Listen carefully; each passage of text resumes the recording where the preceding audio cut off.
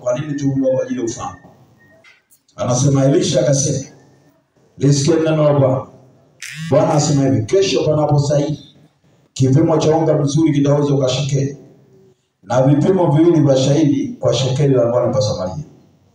Basi yule akida ambaye mfalme alikuwa akitegemea mkono wake akamjibu yule mtu wa Mungu akasema, tazama, kama Bwana angefanya madirisha mbinguni, je, jambo hili lingewezekana? Akamwambia, angalia, wewe utaliona kwa macho yako, lakini utakula. Basi walikuwa watu 4 wenye ukoma penye lango la mji, wakasemezana, mbona tunakaa hapa hata tufe? Tukisema tukiingia mjini na njaa, nasi tutakufa, nasi tukikaa hapa tutakufa vile vile. Haya, twende tukalendee jeshi la Washamu, wakitufuaza yale tutaishi, wakituua tutakufa tu. Basi wakaondoka kabla mapumziko ili waende mpaka kituo cha Washamu, na walipofika mwanzo wa kimo cha Washamu, kumbe hapana mtu, kwa maana Bwana alikuwa masikizisha Washamu kishindo cha miendo ya magari na kishindo cha farasi kama kishindo cha jeshi kubwa. Wakaambiana, tazama, mfalme wa Israeli amewaajilia wafalme wa Waiti na wafalme wa Misri waje wapige nasi. Kwa hiyo wakaondoka wakakimbia kuungalibisha, bado wakaziacha hema zao na farasi zao na punda zao na kimo chao vile vile kama kilivyokuwa, wakakimbia wapate kuponywa nafsi zao. Kwa hiyo tutasoma mahali, sitasoma yote. Anasema mstari wa 12, mfalme akaondoka usiku akawaambia watumishi wake, sasa nitawaonyesha nini waliotendea shauri. Wanajua kuwa tuna njaa.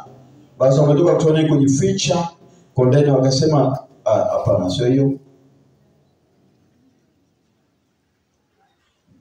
Basi wale watu wakatoka wakaziteka nyara hema za Washamu, ikawa kipimo cha unga mzuri kikauzwa kwa shekeli na vipimo viwili kwa shayiri kwa shekeli, sawasawa na neno la Bwana.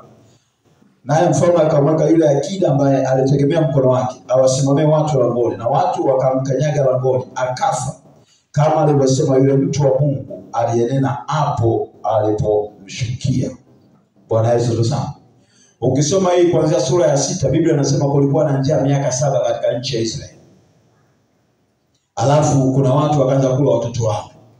Mmoja akamla mwenzake, mtoto wa mwenzie. Sasa wakati mwingine sasa amepaka kumla mwenzake akakataa. Yule akamfuata mfalme. Mfalme alipona ile zito akamtuma huyu jamaa kwenda kumkata kichwa nani? Elisha. Wakati anamwendea Elisha akasikia, angalia mikono ya miguu ya mtu mwovu anakuja.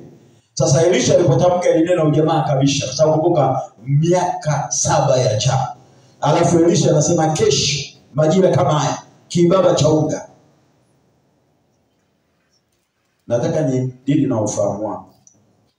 Inawezekana kwa mambo tunawasikia leo kwenye Tanzania, kwa vitu tunavyosikia kwa habari ya taifa la Tanzania, nabii anaona kama Mungu anavyoona, ila watu wengine wanaweza kaona kama wanavyoona. Kuna tofauti ya nabii kuona kama Mungu anavyoona, na kuna tofauti ya mtu kuona kama anavyoona. Wangapi wamenelewa? Yeremia ile sura ya 1, Mungu anamwambia Yeremia, waona nini? Akasema naona ufito nani? Wa mlozi. Akasema umeona vema. Kwa hiyo nabii anaweza akaona, yaani kuna message inakuja kwenye ile kongamano. Sasa ufahamu wako usipigane na kile alichokiona yeye. Naelewa vizuri baba.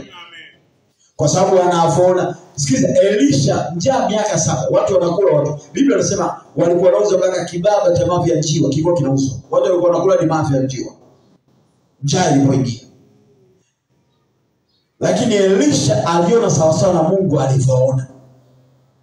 Ila kuna mtu aliona katika jinsi ya kibinadamu, akasema hata kama Mungu angefungua madirisha mbinguni, hicho ninachokisema kisingetokea. Lakini je, kilitokea kikutokea? Sikilitokea. Sasa na neno nani? La nabii alilosema. Bwana Yesu tuseme. Kwa hiyo manake inawezekana kuna mtazamo unao. Sasa hivyo kupitia mtumishi wake nabii Dr. Kennedy Masuku, kinachotoka madhabahuni, hata kama uelewe, wewe amini tu. Yaani hata kama sikiza, Elia alimtuma mtumishi wake kwenda kwa Elia, anaomba mara ya kwanza. Sikiza, Mungu alimwambia Elia, nenda kajionyeshe kwa Ahabu, nitaleta mvua. Alipojionyesha mvua ilikuja ikulu. Haikuja. Alijionyesha kwa yenyewe. Ila alipoomba akamwambia mtumishi wake, akaenda mara kwanza. Ukisoma ile Wafalme wa kwanza sura 18, akaenda mara kwanza, akarudi hakuna. Mara pili, mara tatu. Lakini Elia anasikia sauti ya mvua tena. Kwa hiyo katika roho nabii anaona, ili mtumishi wake aone. Sasa ili amthibitishie mtumishi wake. Kwa hiyo maana yake nabii ilibidi atengeneze mazingira ya mtumishi wake kuona kwa macho ya kawaida, macho ya nyama. Ndio maana alipoenda mara kwanza aone, jamani bila kuomba. Akamwambia Mungu, nataka umfunuke kwa sababu mimi nishaiona mvua katika ulimwengu wa roho. Nimesikia sauti ya mvua tena. Na ndio maana neno la nabii siku zote lazima uwe makini na nabii anapozungumza, nabii anaposema. Kwa sababu unaweza kabishana na nabii kwa sababu ya uzoefu ulionao, kwa sababu ya mapokeo ulionayo. Wapendwa, nabii ni tofauti na watumishi wengine, wana neema tofauti. Yaani unaweza kuona mahali pakame, yeye anaona jangwa. Ndio maana nabii Musa aliwaambia wanaweza kusema Kutoka sura 14, hao mnaona leo hamtaona tena hata milele. Bwana atapigania nanyi mtakaa kimya. Yaani Musa alianza kuiona njia kabla ya njia haijatokea. Ndio maana tunapozungumza kwa habari ya nabii, maana yake anaona kwa badala yetu. Anaona kwa niaba yetu. Ndio maana Elisha aliona kwa niaba ya wana wa Israeli. Aliona kwamba kesho majira kama haya kibaba cha unga kitauzwa cha miaka 7. Unajua sio rahisi. Haleluya.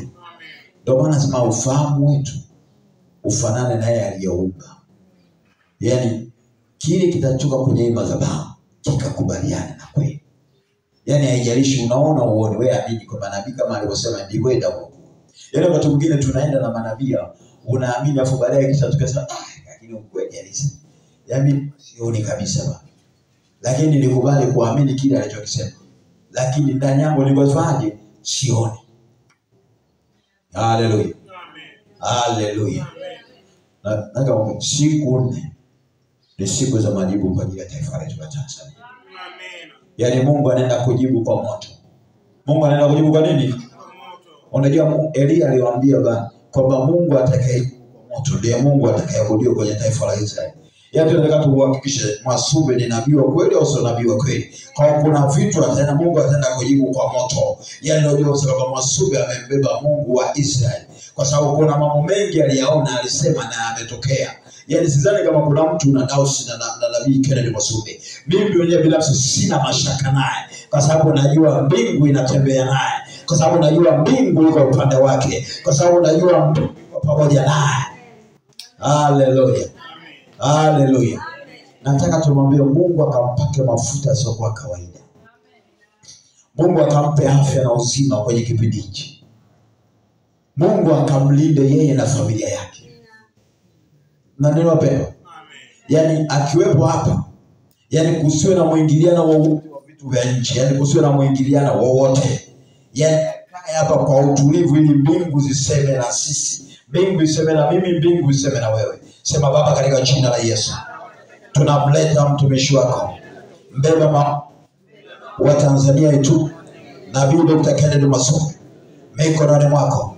Roho Mtakatifu, tunaomba neema yako ndani ya siku hizi 4 anapokaa uweponi mwako, ili kusikia kutoka kwako, maana kuna ujumbe umempa kwa ajili ya taifa la Tanzania, kwa ajili ya uchaguzi wa mwaka huu. Roho Mtakatifu, tunaomba hiyo neema iambatane. Tunaomba ulinzi wako Baba, ukamlinde yeye na familia yake, yeye na chochote kinachomhusu, kwa jina la Yesu, kwa damu ya Yesu.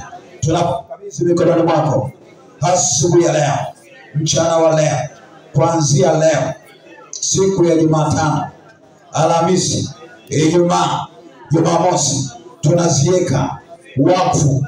Roho Mtakatifu, tunaomba neema isiyo kwa kawaida ikatende kazi juu yake kwa ajili yetu sisi, kwa jina la Yesu.